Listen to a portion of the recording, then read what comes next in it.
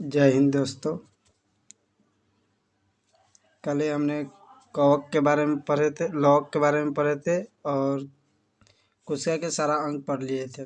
आज हम कोशिका के प्रकार पढ़ेंगे और कोशिका के केंद्र के बारे में थोड़ा और डिटेल में जानेंगे। जहाँ तक न्यूक्लियस के अंदर तक हम आज काम करेंगे, जीन उन के बारे में। ठीक है, तो आज अब चलते हैं कोशिका के प्रकार में। कोशिका, देखिए कोशिका दो प्रकार के होते हैं। कितने प्रकार के होते हैं? दो प्रकार के होते हैं। कोशिका दो प्रकार के होते हैं। ठीक है, एक होता है प्रोकैरियोटिक। क्या होता है? प्रोकैरियोटिक। प्रोकैरियोटिक, ठीक है। एक होता है प्रोकैरियोटिक, ये होता है अविकसित। क्या होता है? अविकसित। अविकसित, ये क्या होता है? अविकसित होता है। ठीक है। दूसरा होता है यूकैरियोटिक। यूकैरियोटिक,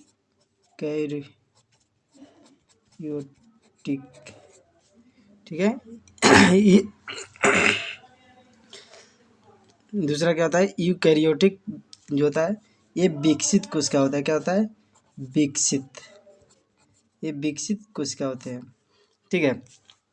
एक के क्या कहते हैं? प्रोकैरियोटिक, दूसरे के यूकैरियोटिक। ठीक है। ये इसमें जो होता है ना, इसमें यूकैरियोटिक में ये पादप और जंतु दोनों में पाए जाते हैं। ठीक है, पादप और जंतु दोनों में पाए जाते हैं। ठीक है, हम पहले इसे देख लेते हैं। ठीक, कि इसे हम क्या कहते हैं? प्रोकैरियोटिक कोशिका को हम क्या कहते हैं? देखिए प्रोकैरियोटिक कोशिका में, ठीक है, प्रोकैरियोटिक कोशिका में इसमें कोशिका के सभी अंग नहीं पाए जाते हैं। इसमें जो होता है अंग, सभी अंग जो है सभी अंग क्या होते हैं? नहीं पाए जाते इसमें। ठीक है, इन्हें प्रारंभिक कोशिका भी कहते हैं। क्या कहते हैं? प्रारंभिक कोशिका भी कहते हैं। इसे हम प्रारंभिक कोशिका भी कहते हैं। लिख देते हैं प्रारंभिक कोशिका। इसे हम प्रारंभिक कोशिका भी कहते हैं। इसमें कोशिका झिल्ली, राइबोसोम, 70S पाया जाता है। इसमें कोशिका झिल्ली, ठीक है, इसमें झिल्ली भी पाया जाता है। ठीक है, झिल्ली भी पाया जाता है, राइबोसोम भी पाया जाता है। राइबोसोम 70S भी पाया जाता है इसमें। ठीक है, प्रोकैरियोटिक कोशिका में झिल्ली, कोशिका झिल्ली, राइबोसोम और 70S भी पाया जाता है तथा शेष अंगों का अभाव देखा जाता है। इसमें पूरी तरह से अंग तैयार नहीं रहते हैं। ठीक है, इसमें पूरी तरह से अंग तैयार नहीं रहते हैं। यही देखिएगा कि कभी कभी ये क्या होता है? विषाणु के रूप ले लेता है, कभी किसी प्रकार का रूप ले लेता है। ठीक है, अब विकसित हो जाता है। और यूकैरियोटिक जो है, यूकैरियोटिक ये पूरी तरह से क्या है? विकसित है। ये पूरी तरह से क्या है? विकसित है।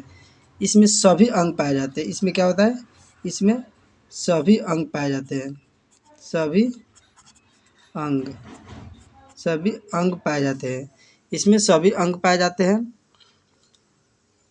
इसमें 80S, इसमें 80S और राइबोसोम, 80S और राइबोसोम, 80S और राइबोसोम पाए जाते हैं। पादप कोशिकाओं जो है आकार चौकार होता है। इसके अंदर का सबसे बड़ा अंग प्लास्टिड होता है। थोड़ा आगे कर लेते हैं। देखिए ये तो होगा जंतु में, होगा कि 80S और राइबोसोम पाया जाता है। पादप जो होता है, पादप पादप यानी पेड़ पौधे में, ठीक है, कोशिकाओं का आकार जो होता है ना, चौकोर यानी चौकरा होता है, चौड़ा होता है, चौकोर। ठीक है, चौकोर में पाया जाता है। इसके अंदर का जो सबसे बड़ा अंग है, मैंने पादप का सबसे जो बड़ा अंग है अंदर का, उसे प्लास्टिड कहते हैं। क्या कहते हैं?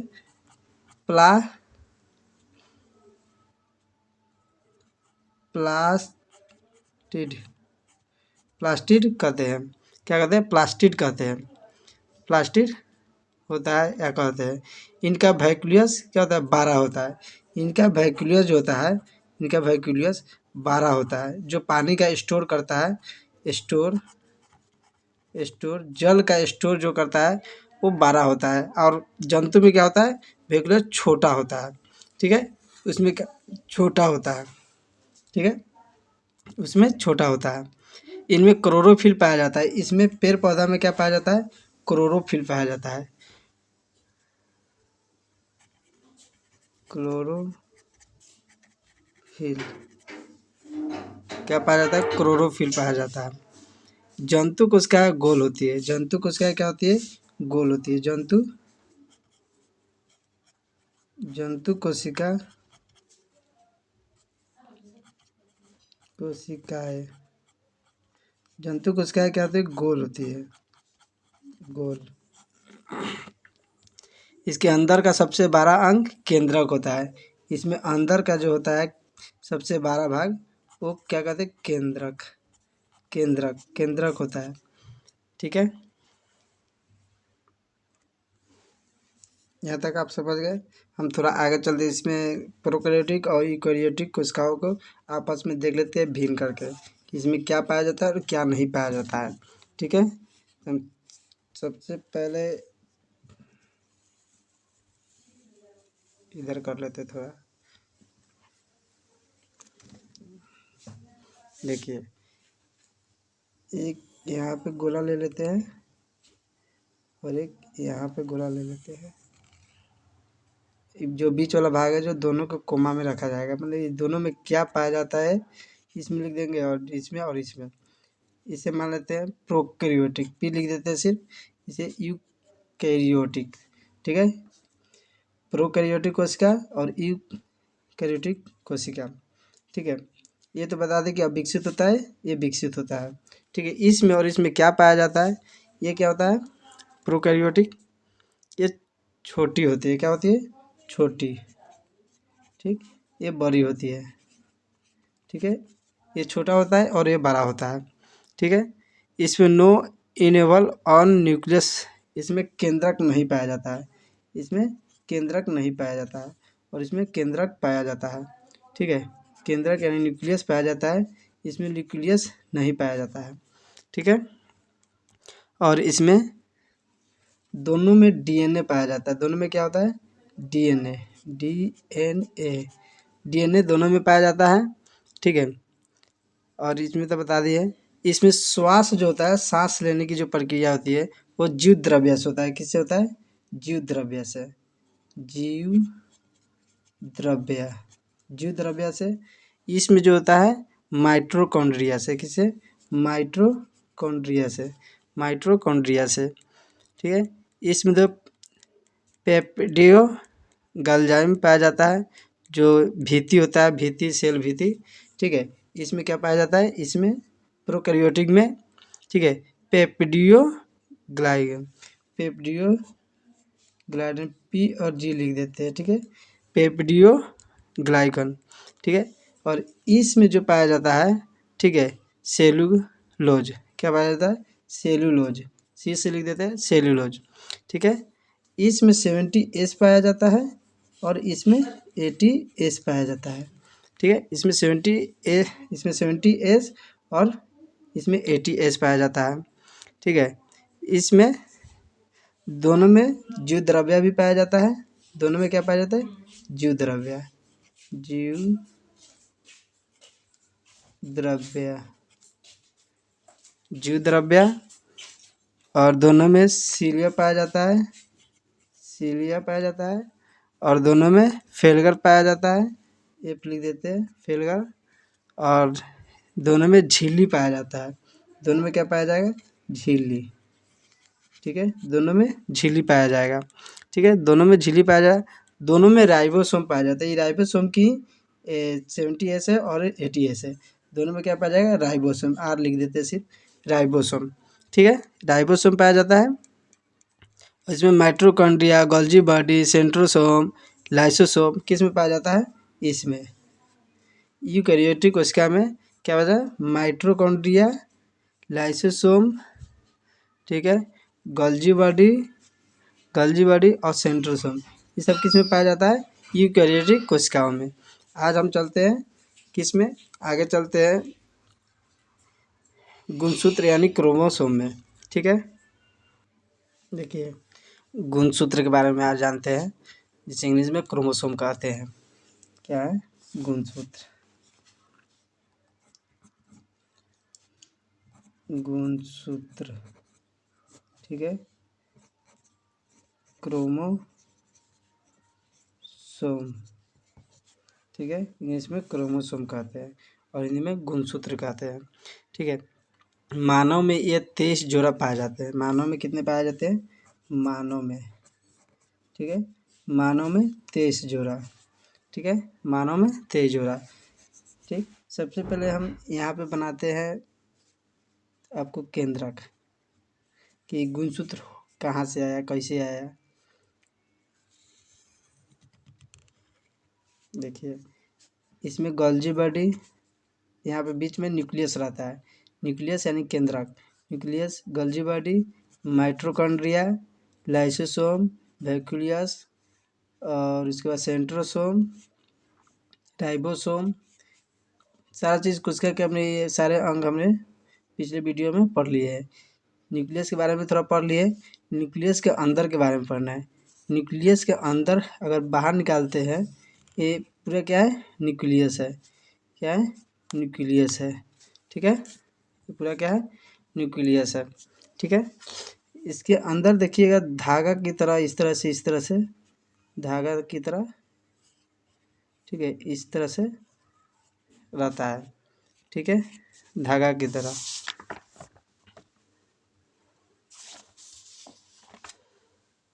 ये जो धागा की तरह है ना, इसको हम कहते हैं क्रोमैटिन तंत्र। क्रोमैटिन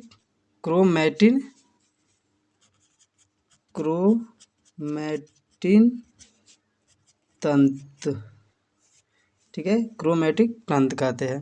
ठीक है, इसी को बाद में गुणसूत्र कहते हैं।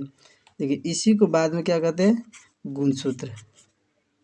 गुणसूत्र, ठीक है, जो हम गुणसूत्र ये पढ़ रहे हैं, ये गुणसूत्र के पहले ये धागा के समान संरचना होता है, जो पतला सा होता है, धागा के समान। ठीक है, ये धागा के समान पतला सा होता है। ठीक, इसी पतला को बाद में क्या कहा जाता है? इसी धागा का संरचना को क्रोमैटिन टू कहता है, लेकिन बाद में इसे गुणसूत्र कहते हैं। गुणसूत्र बनने के लिए पहले बीच से कट जाते हैं, छोटा छोटा भाग हो जाते हैं और ये मोटा हो जाते हैं। ठीक है, ये छोटा हो जाते हैं और ये मोटा हो जाते हैं। ठीक, इसको बाद में निकाला गया गुणसूत्र कहने के लिए। इसका संरचना कुछ इस तरह से था। ठीक है,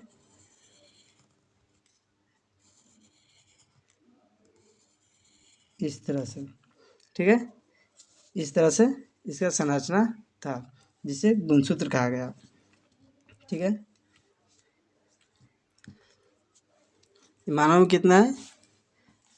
23 जोड़ा। मानव में 23 जोड़ा यानी 46। 23 जोड़ा के पूरा करेंगे तो 46 हो जाएगा। कितना होता है? 23 जोड़ा मानव में पाया जाता है। इसकी खोज जो है वाल्डेयर ने किया था। वाल्डेयर, क्या था? वाल्डेयर। कौन किया था खोज? वाल्डेयर, खोज। ठीक है, वाल्डेयर ने क्या किया था? खोज किया था गुणसूत्र का। इसके ऊपरी भाग को सेटेलाइट कहते हैं। ठीक है, इसके ऊपरी भाग को क्या कहते हैं? सेटेलाइट कहते हैं। मध्य भाग को सेंट्रोसोम कहते हैं। ठीक है, इसको जो है मध्य भाग को, इसको, ठीक है, इसको मध्य भाग को क्या कहते हैं? सेटेलाइट, सॉरी, सेंट्रोमर, सेंट्रोमेयर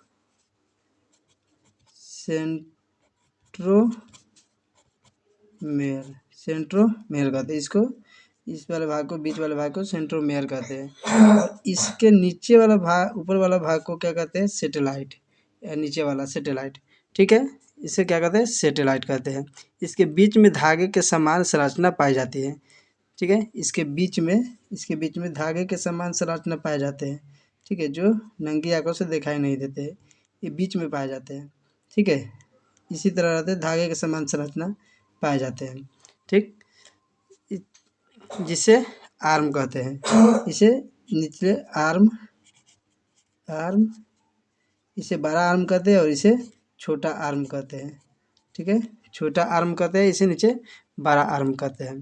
ठीक, क्रोमोसोम केंद्र के अंदर पाए जाते हैं। क्रोमोसोम कहाँ पाए जाते हैं? केंद्र के अंदर। ये हमने यहाँ तक बता दिए है।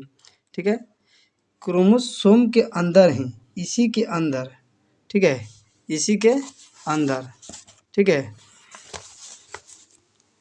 जो इस, देखिए, सॉरी, ये वाला जो हम बनाए ना रिश्तेदार वाला, इसी के अंदर, क्रोमोसोम के ही अंदर क्या पाया जाता है? डीएनए पाया जाता है। क्या पाया जाता है?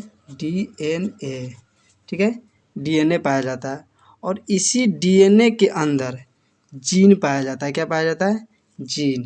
क्या पाया जाता है? जीन। ठीक है, जीन, इसी के अंदर, डीएनए के अंदर जीन पाया जाता है। ठीक, और जीन पर ही माता पिता के गुण पाए जाते हैं। जीन पर क्या होता है? माता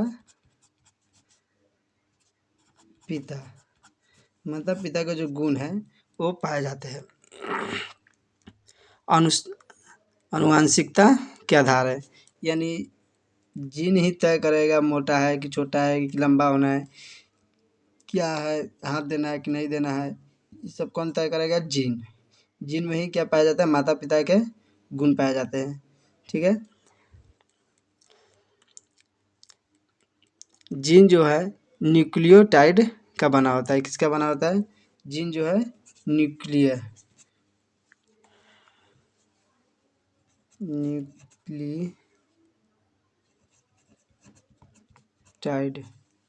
न्यूक्लियोटाइड के बना होता है। जीन के खोज जो है जॉनसन ने किया था। जीन का खोज जॉनसन ने किया था। जॉनसन ने किया था। जीन का खोज कौन किया था? जॉनसन ने किया था। ठीक है, जीन का खोज जॉनसन ने किया था।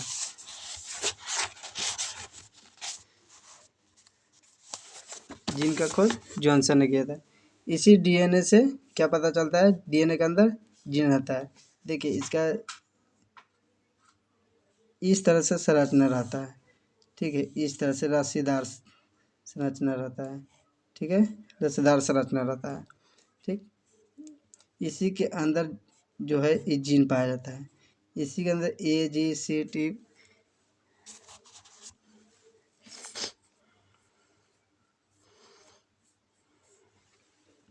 देखिए क्रोमोसोम जो है, क्रोमोसोम जैसे यहाँ पे बना देते हैं हम क्रोमोसोम। ठीक है, ये क्रोमोसोम जो हम बनाए हैं, ठीक है, क्रोमोसोम, इसके बाहर एक झिल्ली रहता है, बहुत पतला सा झिल्ली रहता है, झिल्ली के अंदर ही रहता है। ठीक है, हम इसको कहाँ से निकाले हैं? न्यूक्लियस से। कहाँ से निकाले? न्यूक्लियस से। न्यूक्लियस से इसे बाहर किए हैं, तो बाहर किए थे क्रोमोमैटिन तो बताया है। ठीक है, ये क्या होता है? मतलब धागे के संरचना की तरह होता है। ये बाद में ये भी बताते हैं कि टूट जाता है, टूट कर ये छोटे होते हैं, छोटे से मोटे हो जाते हैं। इसी मोटे के बाद में क्या खाएगा? गुणसूत्र। ठीक है, तो ये एक मतलब थैली, थैली होता है ना, थैली, उसे झिल्ली कहते हैं। झिल्ली के अंदर ही रहते हैं। उस झिल्ली को हम कहते हैं, ठीक है, उस झिल्ली को कहते हैं पीली, पीली कल। क्या कहते हैं? पीली कल। पीली कल क्या कहते हैं? पीली कल कहते हैं। ठीक है, पीली कल कहते हैं।